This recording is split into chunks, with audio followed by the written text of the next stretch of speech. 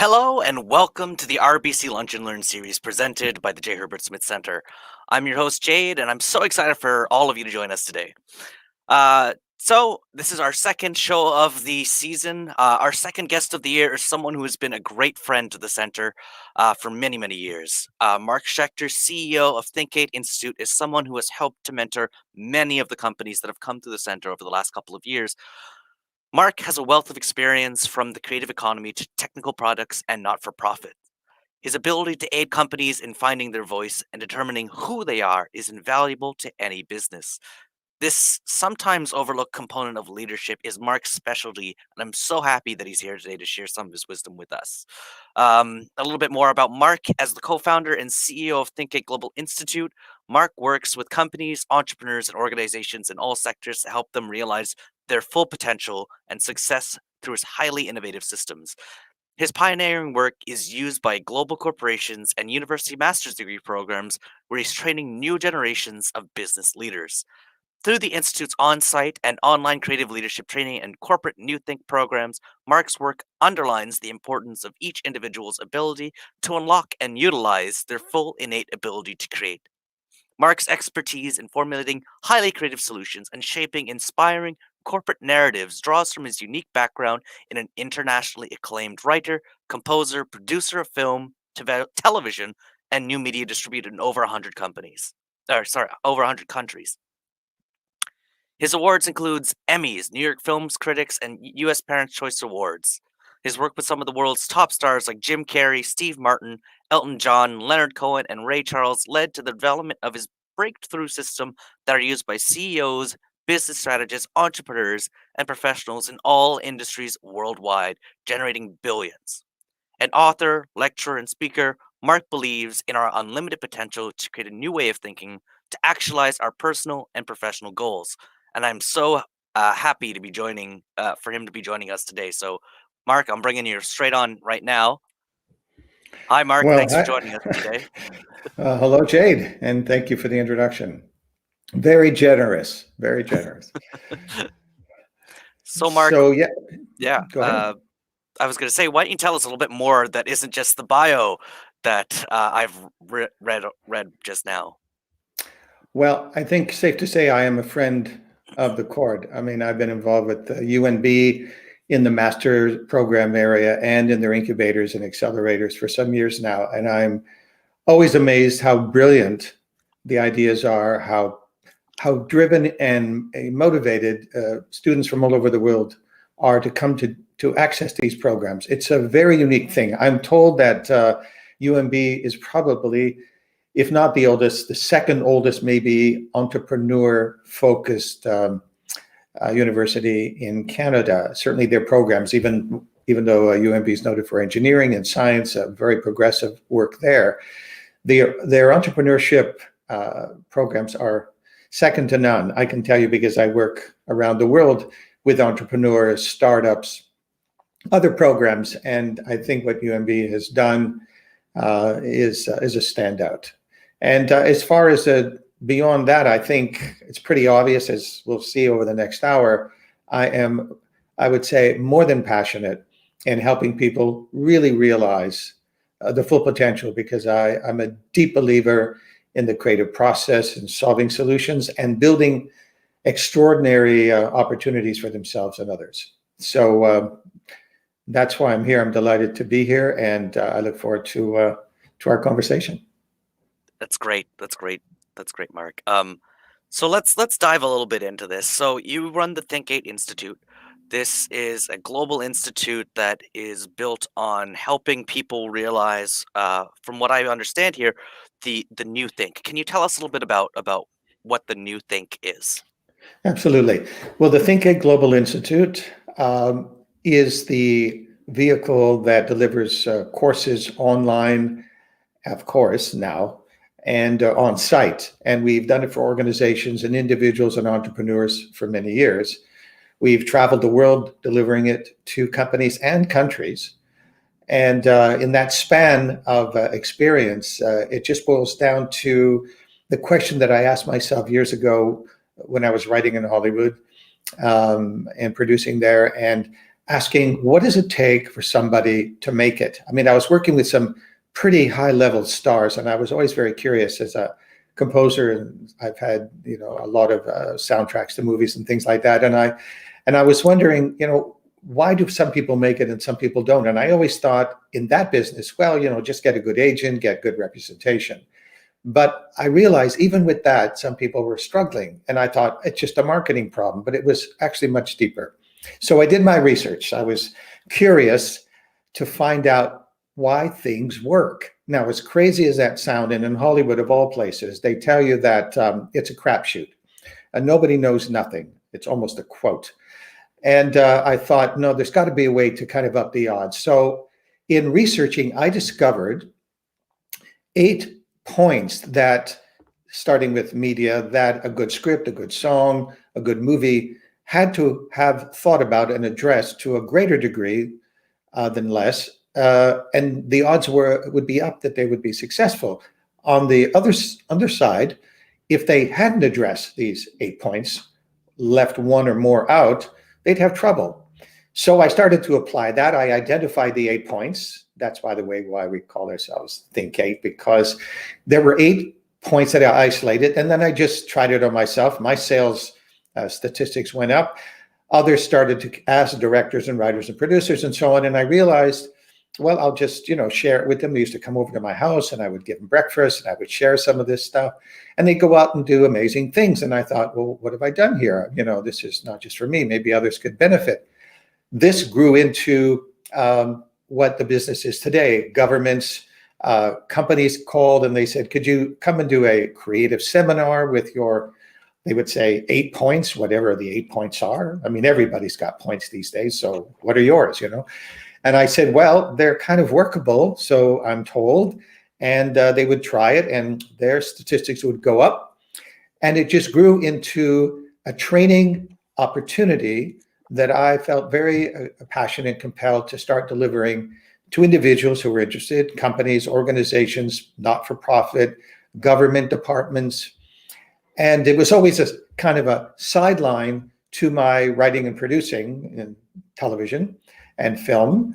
But this kind of crept up, and I found that my true calling was to help people rethink how they think about business and entrepreneurship and self-actualization, all of those things. And I mean, everybody, this so well, Jade, more than ever now, everybody, certainly now, because it's such a reflective time, people are trying to figure out how to make it work for themselves and for their families, for others. People are losing their jobs, and it's heartbreaking. And I feel very, very motivated to bring some possibility, that hope, if you like, that it doesn't have to be that way, that they are much more self-reliant, but they need tools.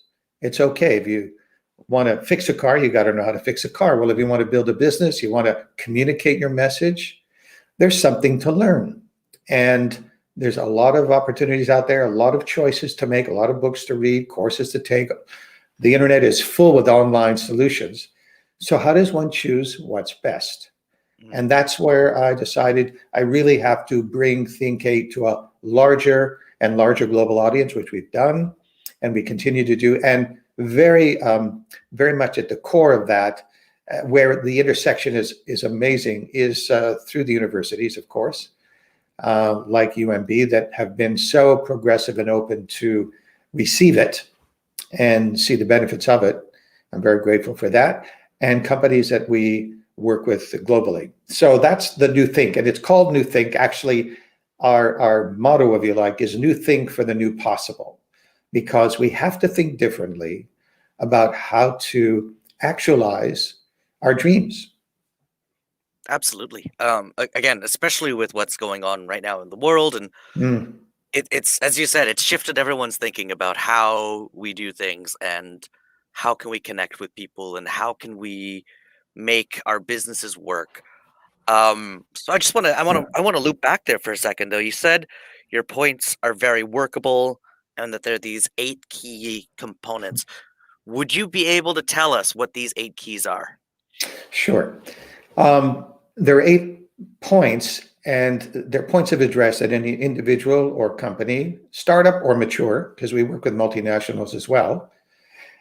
These are 8 points that are addressed in sequence, starting with purpose. Now, purpose is a very, very, I would say, popular idea right now. It's sort of come of age, and people go, "Oh, you mean purpose, like why I'm doing something?"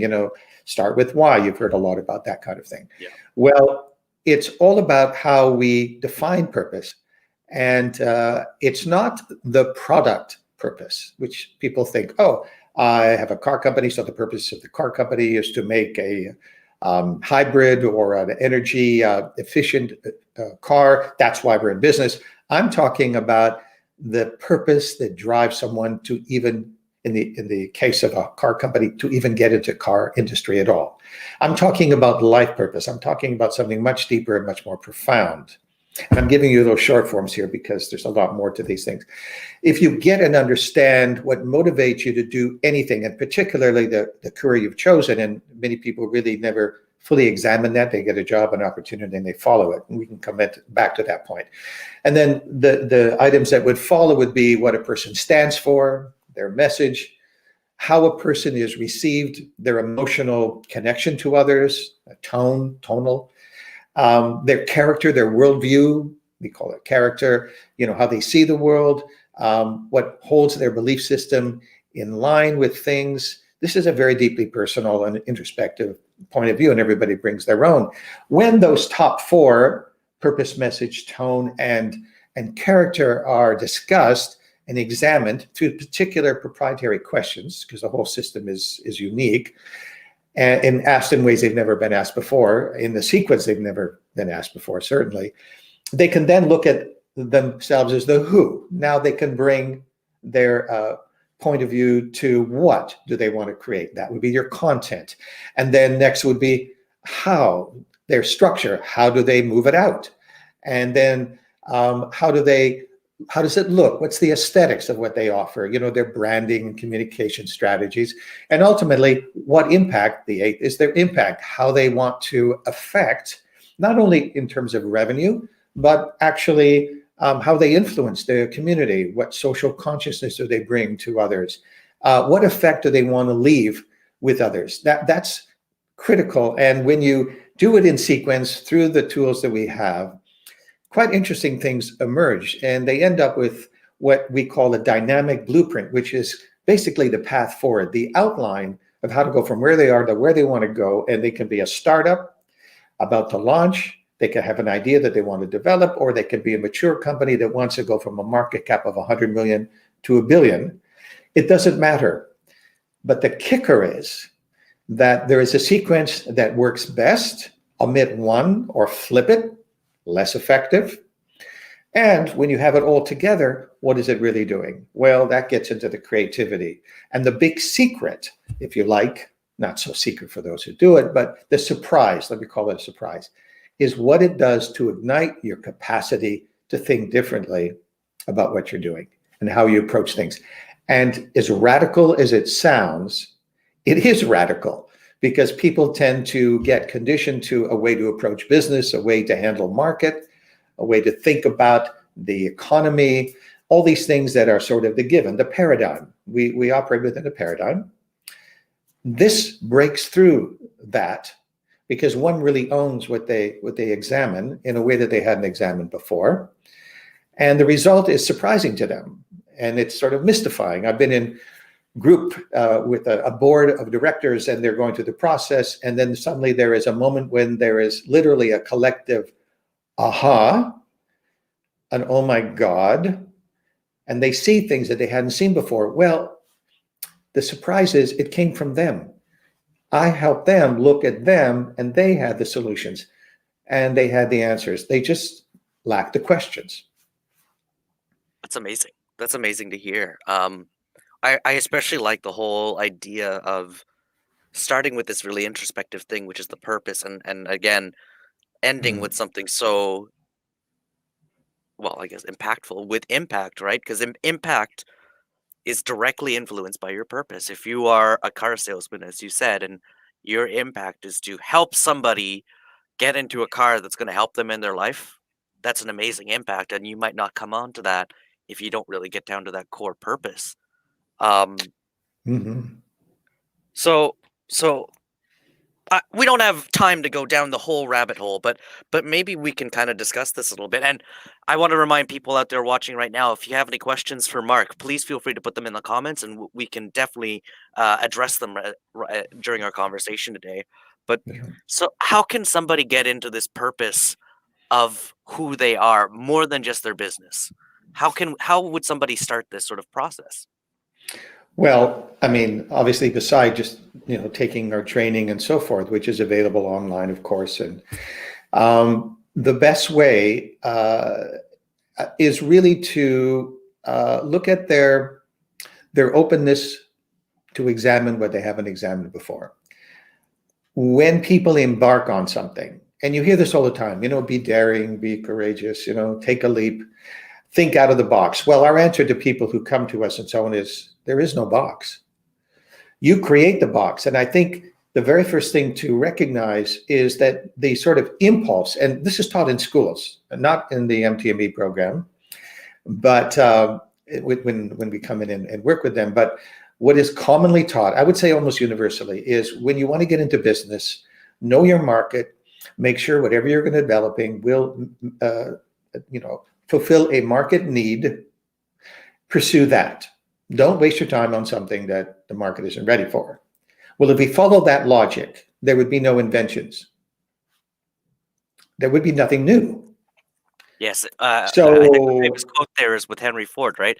If he had asked what they wanted, it would be a faster horse, not a car. exactly, right? And it's certainly coming from the arts, from the writing community, and Hollywood is a tough ball game. And I was one of the top 5 writers in the country, so I get that. But what I learned from that was that an idea breaks through and shatters convention, and then it's a question of communicating the idea. So the thing to start, to answer your question, is if somebody wants to examine what is meaningful to them. When people don't examine first what they want to do, that's back to that purpose thing, and what they want to create with their life. And obviously the 8-step scale, we call it the 8-step scale, helps them formulate that with more clarity. But if they don't start there, and instead they look for the opportunity out there to fulfill, well, they're not necessarily honoring what moves them most. And people have this funny thing about, I'd love to love my work, but I've got to be realistic. And I go, oh my goodness, you just, thwarted yourself at the get-go. Why be, quote, realistic? Why not trust or learn to trust your own instincts of what moves you? And then you're going to dedicate the time and the resources. You'll persist, you'll stay with it. And that's key. But people tend to go, I'm told, I'm read, I hear that one has to look at the market, assess the market, all the research. But if you know, and some who are familiar with Stephen Jobs, what he did was he used to reject surveys. And the only thing he really studied, market surveys and so on, and looked at the competition and what they were doing. That was one source of sort of input data. But he wasn't interested in what people thought they wanted. Henry Ford, likewise. Scientists and researchers and innovators, Elon Musk, these people, in theory, yes, they're attuned to market. I'm attuned to market. But I also try to encourage people to boldly get over the caution and be willing, dare if you like, to trust themselves. And that's the hardest thing, because what are we running into? I believe you're a psychology major. What are we running into when we say that? Doubts, fears, anxiety, past. Oh my God, I couldn't possibly. I have to be real. I need to make a living. What if? And I'm going, it's a non-starter. Now, it's not to say somebody can't find a market opportunity, follow it, and learn to love it. And I've heard talks about this. In fact, there's one gentleman who's rather well known, and he gets up into a group of about 500 people. I saw a clip one time, and he said, the biggest lie that you hear about entrepreneur coaching is, find your passion and act on it. He said, it's a lie. And everybody goes, Well, the reason he says it, he says those people who've become billionaires are passionate because they're making money, and then they'll tell you how passionate they are about what they're doing. Well, he misses the fact that before, if you actually tapped into this, And if you read enough biographies and autobiographies, you're going to find this. People have passion and they will stay with it. And people also say, well, the problem with startups is, and there's a 90% failure rate, which is tragic. They'll say lack of capital, bad timing. In my experience, when I come to companies, the biggest problem is they haven't examined what really moves them. And this all equates to which is our ultimate deliverable in the work we do. And it's actually trademark. It's your true worth valued. If you know deeply your value to another or others, if you thought about it, if it's based on the passion and what moves you. Oh, it looks like we had a bit of a freeze there with Mark. For those of you who are just joining us, Mark is a global expert, I would say, on just getting to that core value of who and what you are and turning that into a message that connects well with your customers, your potential buyers, the other individuals in your company. And Mark, it looks like you're back with us right now. And so, sorry, I just want to take that moment as we were freezing, just to welcome new people here to the conversation as well. Oh, uh, as we were saying, it's about impact. It's about directly communicating that purpose. It's that openness to examine what they haven't examined, and realizing that they are the ones that create the box themselves, and you know getting over that, and getting them to overcome that thought process. Sorry, not to cut you off, but you were just dealing with internet and No, making it work, right? So indeed so. That's our next investment. But what I'm thinking here is really it's if people understand their true value and they know it and they act on it and then they exchange it for another valuable, somebody goes, I love what you do. I really love it. I get it. They're in business. And that's a very simple formula. We follow it all the time. And we encourage people, to your question initially about how do you start with that process, examine what's most meaningful to you. It's not a careless exercise and it's not unprofitable. It actually sits at the core of things. But we run into people's own doubts and fears and cautions. And that's really the first thing to overcome, because it's easy to say, oh, dare, take a leap, invest in yourself. And people have a trouble with that. But I think they have to learn to trust themselves more, and finding that thing that drives you and wakes you up. And then you go, you know what, I'm going to go forward. And I don't really care about the stops. I'm ready to go. And you'll know when you hit it. It's very powerful. absolutely. That trust is not the easiest thing to get to, though. I, And I know personally from my own experiences, coming to that point of, can I trust myself to do what I want to do, or just overcoming some of those I guess crippling fears, you could call them, is not easy. So how do you advise people to get over those sort of things, to say, no, I'm going to do this and I'm going to be okay with doing this? well, I think one of the things I would recommend, I mean, obviously there are things, self-help books out, there are lectures to go, there are TED Talks. There's a lot of people giving a lot of motivational thing. And I think there's great value. There's a lot of smart people trying to do a lot of smart things. And I fully acknowledge them. In the case of the 8-step scale that we use, it's a core. And there are other tools that I've developed and that we've developed in partnership as well. My wife, Nancy Treitz-Botkin, is a brilliant woman and collaborator and co-founder of Think8 Global Institute. And she works with me, but she also really works with women, and they run into their issues as women, quite distinct from men. And that's an important point to make, because this isn't all about men.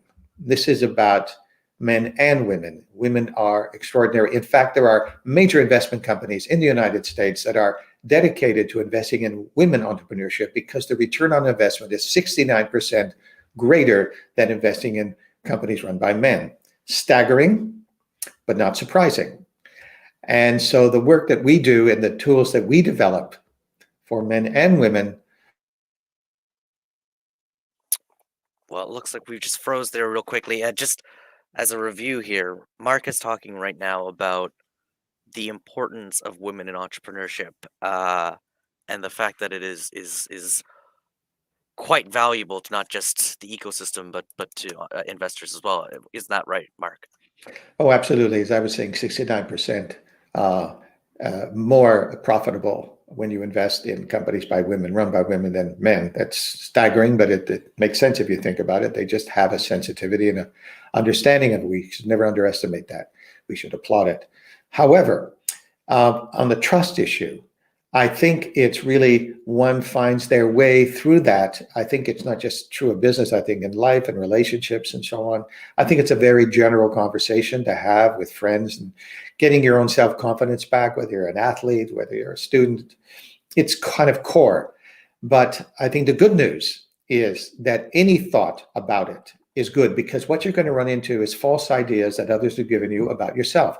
One of the things I found in training people in the media was all of the teachers.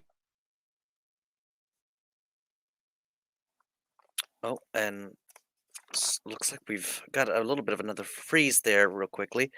So we are discussing about how getting over these fears and doubts is very important for any entrepreneur looking to improve on their content. Uh, like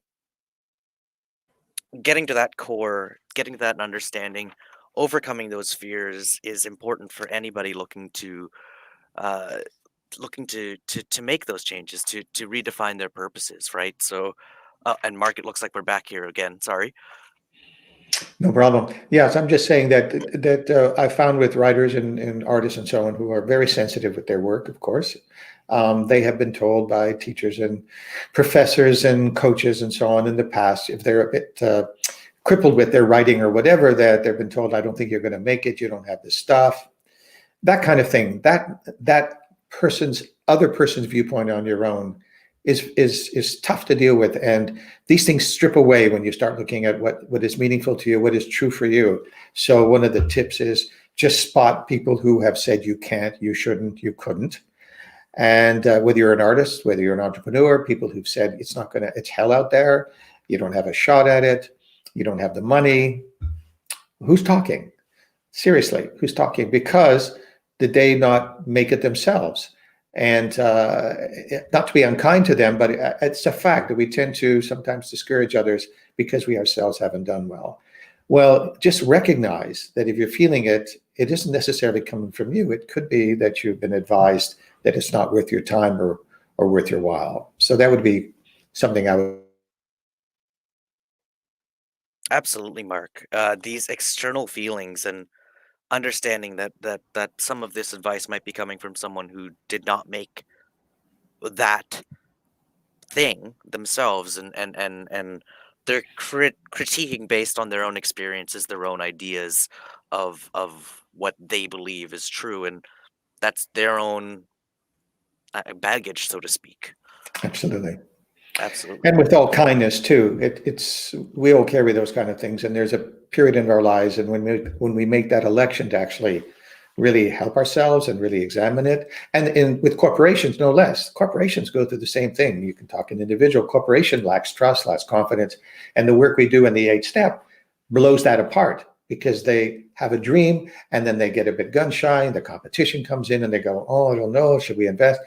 They're manifesting the same things on a corporate level. It's an organism, if you like, than it is on an individual level. So the tools that apply to an individual, and we work one-on-one, by the way, with career development. There's a lot of work we do. My wife works with women on that very directly, and I work with men on that very directly in terms of helping their career, shaping their career. It's not just corporations and NGOs, it's your career. It's the same tools that apply, and it's not psychology or any of that. It is really an external, extroverting kind of examination of one's potential and how to unlock it. And you run into, as the first step, one's self-confidence. Can I failed before, I don't know. And we work through that, but in a very unusual and very productive way, very positive way. And they end up with that dynamic blueprint that really allows them to move forward confidently. Absolutely. And it sounds like you get to that core of somebody's being that helps them, get that foundation in there before they can even look at the content, the marketing components, then, and all of that sort of stuff that it becomes external facing. Exactly, because you said it, I think, earlier on in the introduction. People will look at when there's a problem, they'll look at what they're doing, what their product is. Maybe there's no market. They'll look at how they're doing it, the how. They'll even look at their version of the why, right? Where we started is the who. It's you. Where do you stand on things? That comes back to the point I made earlier about what drives you doing what you're doing anyway. And there is some kind. Yes, that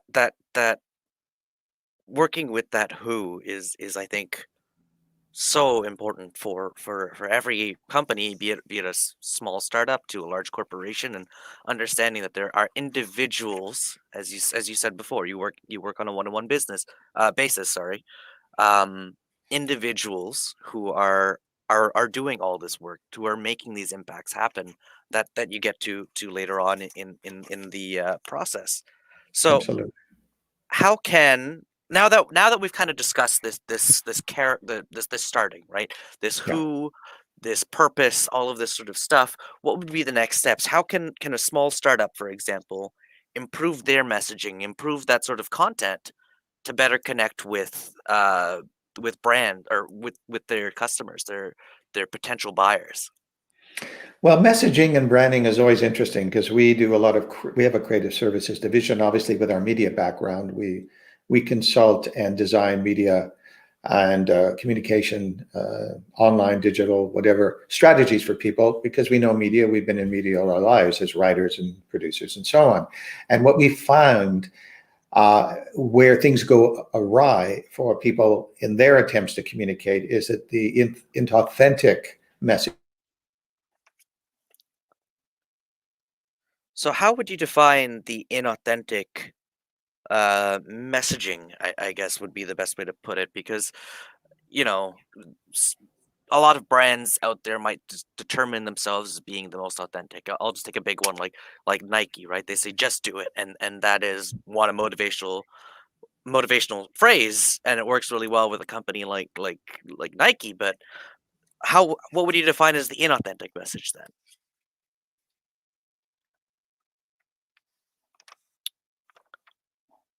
Oh, uh, looks like we've frozen there just real quickly. But Okay.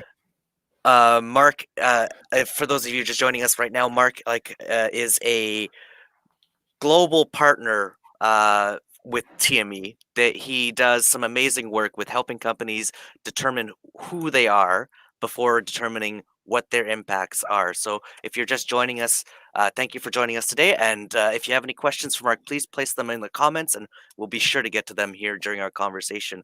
We were just talking about inauthentic messages, Mark, and what those are, and how they don't connect with customers. And you were just about to tell us what your thoughts on that are.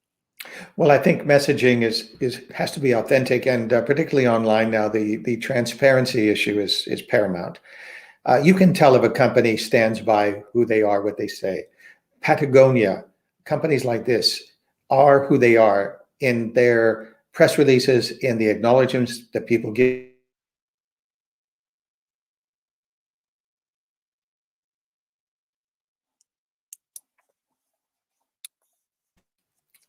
So Mark was just talking about Patagonia, which is a clothing brand there that does a lot of outdoor, if I'm not mistaken, about what they do, and their company and their products.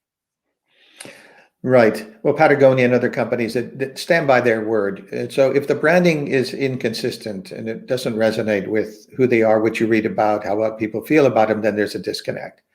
So the best way to handle that in the way we do branding and the way it should be done is to actually tap into the real motivation and true personal purpose for people bringing their product to market. What moves them to actually get into business, and why are they creating in that particular line of product or service? And it's easy then for any branding company to pick up on that. And it's more than just core values. And that's important. And I have seen those versions of value wheels and various other tools used. But deeper than that is the thing that really taps into that life purpose, that why are you really entertaining this type of work, this employment, and so on? What does it do for you? Is it fulfilling? And if it is, you're just going to talk very naturally about it. And then you'll find a way to communicate honestly the value of the thing you're bringing to market. So the point I was making even earlier in this conversation was about knowing your true worth.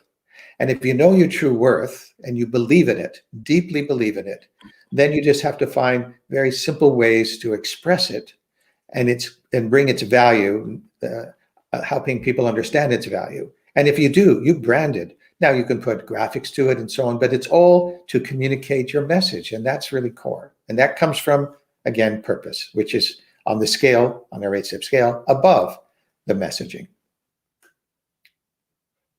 Absolutely. So purpose before messaging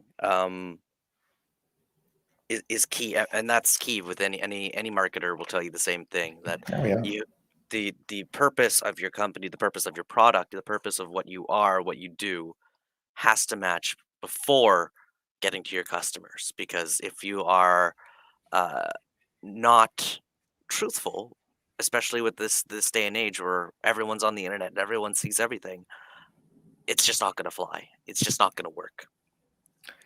Oh, yeah. It's been said many times, you can make or break a business in one lousy tweet.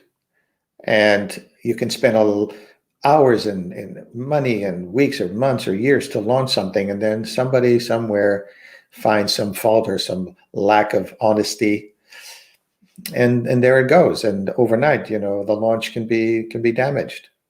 But I like to point out, I mean, that's all the kind of the negative stuff. I think it's really important in building any business, whether you're a startup, whether you're engaged currently, that there is a joy and a possibility to win. And we're all about really loving and winning in the work. And it doesn't have to be so much effort.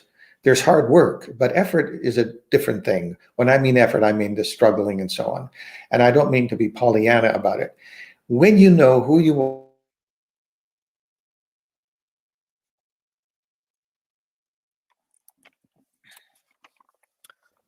Mark was just talking about the effort that's put into these businesses, because building a business is not an easy process. It takes a lot of hard work, dedication, and energy to build the business, as you were saying, Mark. yeah, and it's sad.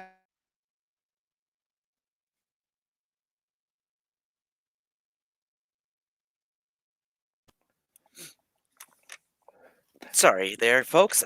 Another bit of an internet spike. It always seems to cut you off in these really intense moments, Mark, and I'm sorry for that. We're really encaptured by what you're saying, so it's hard to hear you go and lose that piece of wisdom there. But you were saying there about the effort. Yeah, well, just on that point, listen, I'm grateful to have the opportunity. In any event, if we can't meet in person, this is a small price to pay to at least reach out and to share what we know. And so, I'm fully on side with this, so not to worry on my end. Amazing, Mark. So, uh, I just want to kind of think about this for a second. Do a lot of work with startups, and so does the center as well. These are smaller teams, not necessarily large corporations, kind of like what you've worked with, say, in Honda and Ubisoft and some of those big companies. How important is it for a small group to adopt these ideas early? A great question, and I hear this time and time again, as soon as possible. It'll save you so much effort, because what is typically done is that they push the product value.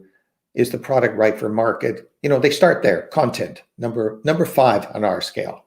And it's very natural. Or number 6, which is how to do it. So content structure, what, how, back and forth, back and forth.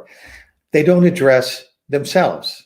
I mean, without exception, certainly in the work I've done with the incubators at UNB and the MTME, I'm trying to recall if there was a time, there may be the odd exception, where somebody actually stepped back and went, do I really want to do this? Is this what I was meant to do, other than it's an opportunity?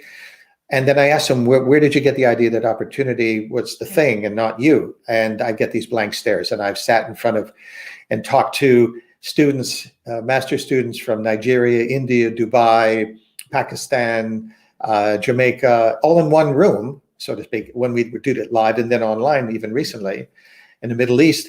And they, to the person, That's what they're taught. That's sort of the going thing. And I go, very good, 5 and 6, 5 and 6, step 5, step 6 in our scale. But how about you? And they look at me. It's fascinating. And they go, huh?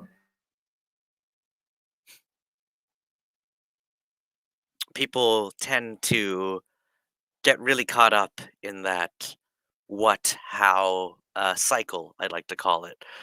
Uh, it's easy to think about what you're building and how you're going to build it.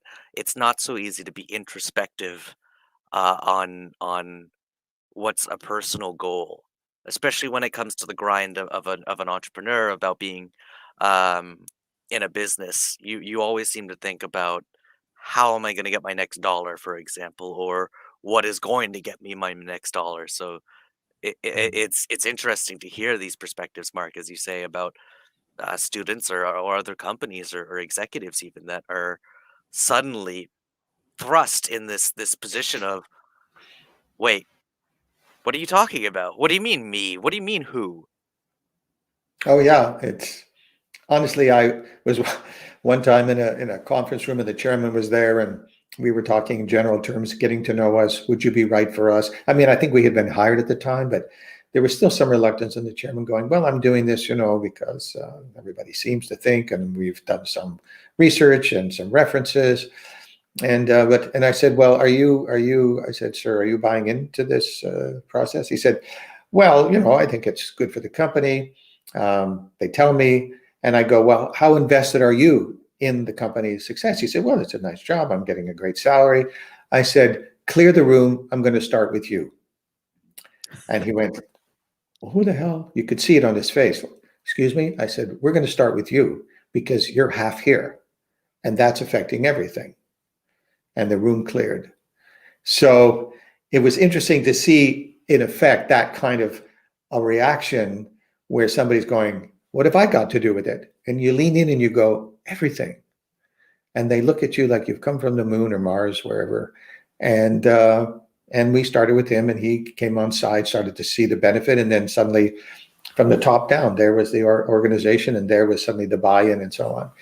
Now, that's a bit of a dramatic example, but sometimes, it's required. I've been in a group of 120 people redesigning an entire news network, a national news network. And why are we here? We're spending 2 days with a guy, and this is me standing on a stage with a flip chart, nothing digital, and they were there for 2 days with me. 120.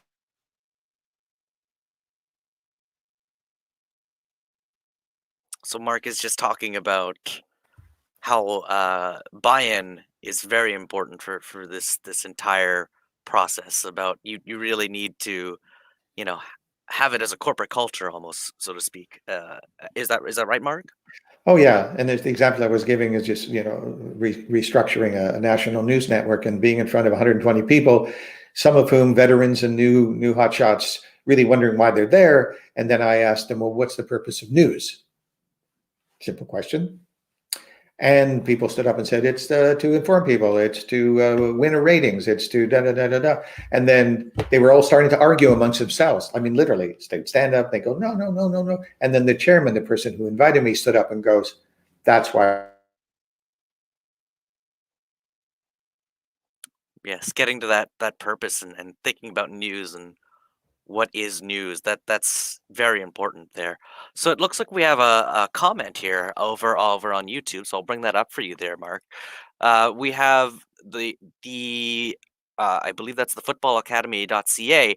What was your first business, Mark? What did you learn from taking that first step? And yeah, that's a big question there. Well, I did play football, and I was actually a basketball all-star too. So yay for the football academy. Um, the first business actually was writing. I mean, the business. I mean, I did a lot of jobs. I didn't deliver newspapers, but I wrote summer camp writing. A counselor, a music and drama director.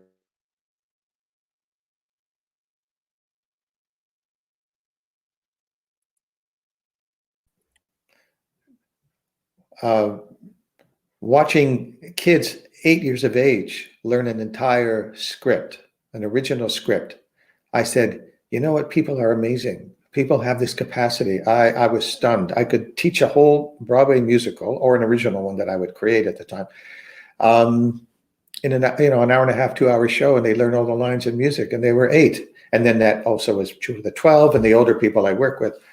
So the thing that I learned most importantly was people are magic. They have a genius. They don't necessarily get it encouraged enough, but we have it. And I think that was the fundamental message that started me on my way, because when I started working with celebrities and so on, as brilliant as they were, I always found things they could do that they hadn't tried. And my default setting was, okay, Steve Martin, what else could he do? Or Jim Carrey or Ray Charles. I would design things for him, production numbers and things that got them to look in ways. Jim Carrey, I got into sitcom, and it was like, there's something else. Now, they were already excelling in what they did, so who was I? Except my default setting was, I just think like that. I went, I betcha. And I would sit down at the piano, or I'd write something, and I'd say, try this, And they'd go, oh, I don't think I could. Same story, I don't know, I'm not sure, I've never tried it. And I go, yes, you can. Yes, you can. And sometimes I would direct them. I would actually have to get and direct them. So it was interesting that learning early.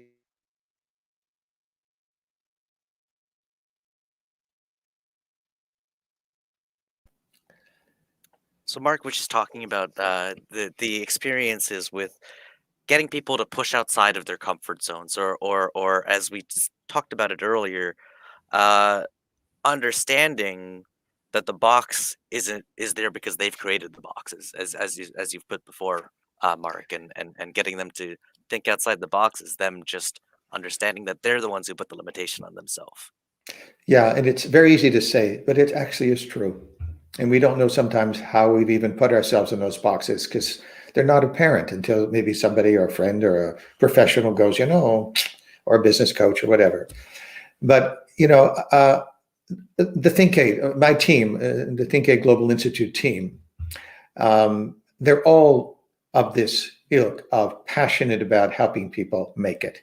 And it doesn't matter if they're starting, it doesn't matter if their career is if they're changing a career. We've dealt that with CFOs, doctors, psychiatrists even, who are moving into other fields.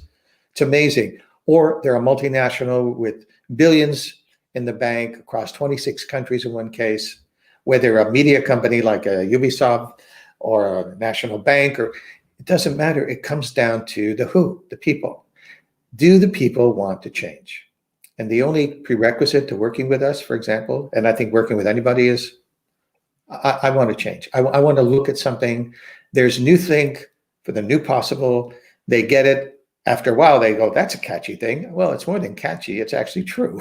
So, and we're all dedicated, our whole team. And we have amazing supervisors and trainers and media people. And the gang is, and my wife, of course, a brilliant woman that she is, a writer and a producer, and comes from the same Hollywood background. So we came from the creative arts and the passion to help. And you're doing it right now, Jade. Your work, your background. Here you are interviewing people who can share what they know to others. I mean, how glorious is that? And for those listening, whether it's a few or many, and you're trying to figure it out, there are ways to figure it out. And it can be figured out. I think that's the main message. It can be better, and there are ways. But honestly, there are tools to help ours, others.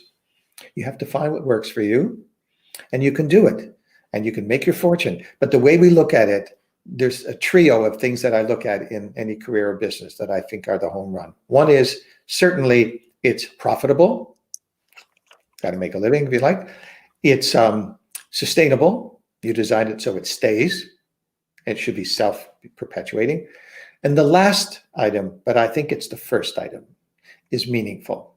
So I would put in the order of meaningful, profitable, sustainable. That trio is the secret sauce. And if you break those down and what meaningful means, it isn't just for you, it's for your people, your partners, your employees. Profitable, absolutely, figure out how you're going to do that. The business models, et cetera, good product. Sustainable, yes. Do you have the machine in place? Do you have the loyalty and the retention of the people you're working with? Are they committed? Are they aligned around a goal that you set? Alignment is the biggest item that comes up again and again in the work we do. People aren't aligned. They're not supporting the effort. Why, when we dig in? Because they don't necessarily believe a lot in it. It's not really meaningful to them, not worthwhile. 2/3 of people in business, this came out even the other day, again, 2/3 of any, just take a random corporation, are half dedicated to the cause. And the other third are carrying the load. And of the 2/3 that are half dedicated, 1/3 of those, half of those, are looking for work elsewhere. And that's a staggering statistic, but it shows that people aren't really, involved, no buy-in, no alignment. Well, the work we do certainly addresses that directly, has to. But meaningfully, if there's one thing that I would share is it does matter that you find what moves you, what drives you is the who, and then beyond that to figure out what you want to do with the gifts you have. And it's not airy-fairy stuff. It's like hardcore. It's not soft skills. It's the whole ball game in our experience. And that's really, I guess, the differential why people come to us and what we teach, certainly at the UNB, and what we share with everybody. And we see the results, and they're the best testament if it works. And bottom line, if it works, great. That's why we do it and why we continue to do it. Absolutely. And Mark, just as someone who's from the center, just thank you for all the work that you've done with our companies and helping all the businesses here across not just TME but across the Atlantic. I know that you've done work with other companies here in the region as well, and that this doesn't just apply to for-profits, as you said, but it also Oh, yeah. applies to not for profits as well. And understanding that aligning isn't just about aligning for a profit business, but not-for-profits need to have people who are willing to work with that cause, for example, right? Oh, most Um, definitely. Their work is critical more than ever now, as you know. With the pandemic, we haven't addressed that, and I think it's a self-evident situation. But by addressing it and just taking a moment, yeah, they need our help. And the challenge there is how can they be more effective, how they can get their messaging out, and how, frankly, can they raise capital? And the work we do with NGOs and not-for-profits is to try to make them profitable. It's a tall challenge, but it can be done, because if they can be self-sustaining through donations and support and so forth and so on, then they can do the work. So all of that plays into the fact that people can change the conditions that they find themselves in, and it takes tools and it takes willingness. We talked about it takes trust in yourself and all those good things. Building a career for yourself, or whether you're an employee working with a company and you want to grow, no different. Doesn't matter where you are in anything, you can make that difference. And then life is good and you can make a living at it. You can rise up the ladder if you wish. So we're dealing with, the human condition, aren't we? At the end of the day, and what makes us tick and why we do what we do and why we love what we do. But that's where we sit philosophically. And like you and others, perhaps listening and so on, to recognize the gifts you have, I think, and then to do what with those gifts. And I think that's the ultimate question we ask ourselves through our faith, through our philosophy, through our day-to-day. Do we tap into that? Do we honor that? And when we come up with that answer, the irony is it can be extremely profitable for those who want to think about that. But it's not a waste of time, and it's not, a nice, side benefit, but realistically, unquote, So that's how we operate. That's what gets us up in the morning. and that's amazing. And it's the work that you do. It's the work that we do here at the center of getting people aligned with their own sort of ideas and businesses, and starting with the people first. And Yeah. that's why we love working with you, Mark, so much. And we really thank you for all that amazing work that you've done with all of the companies, and more specifically, all the founders. Let's be honest. Well, they come from everywhere, and their ideas are staggering. I mean, we've seen companies, some are already active and they're selling, and others are about to launch. And certainly on the incubator accelerator side, on those institutes. On the MTME program, these are the leaders of tomorrow. Some are actually doing it today. And the experiences for us, the learning curve is limitless. We learn as much in watching, understanding the issues that come up. Where we can help, we just love to help. But we're the student too, and we know incubation now globally is a key element. If they do it right, your question earlier, when is the best time to start thinking about it? I say at inception. You get it right, you save a lot of heartache. But on the other side, you have a real shot. And if it doesn't work, you stay at it or you try something else. It's not, you don't give up because, and if you're motivated, you'll find another form of manifesting, if you like, or expressing what it is that's meaningful to you, and you'll do that too. So there's a no lose there. It's just all a question of staying with it. Absolutely. So Mark, I think that we are approaching the end of our time together. Before I wrap up, I just want to say thank you so much for meeting with me for this hour and taking the time to discuss. I think we've got a lot of wisdom here that can help a lot of companies really help define themselves and make some better messaging that'll connect with any potential customer. So again, I just want to say thank you so much to you, Mark, for joining us today. My pleasure. I thank you for the opportunity, and I thank RBC, UNB, everybody that makes this kind of thing possible. We need more of it. I host my own forum as well, monthly, that brings in people from around the world that are new thinkers, and I just love to learn from them as well.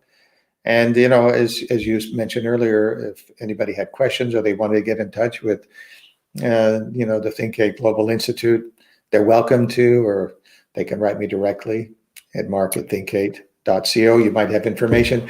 We're always open. It's not the old school of the doors are closed and you have to go through levels, and we actually get back to people. How crazy is that?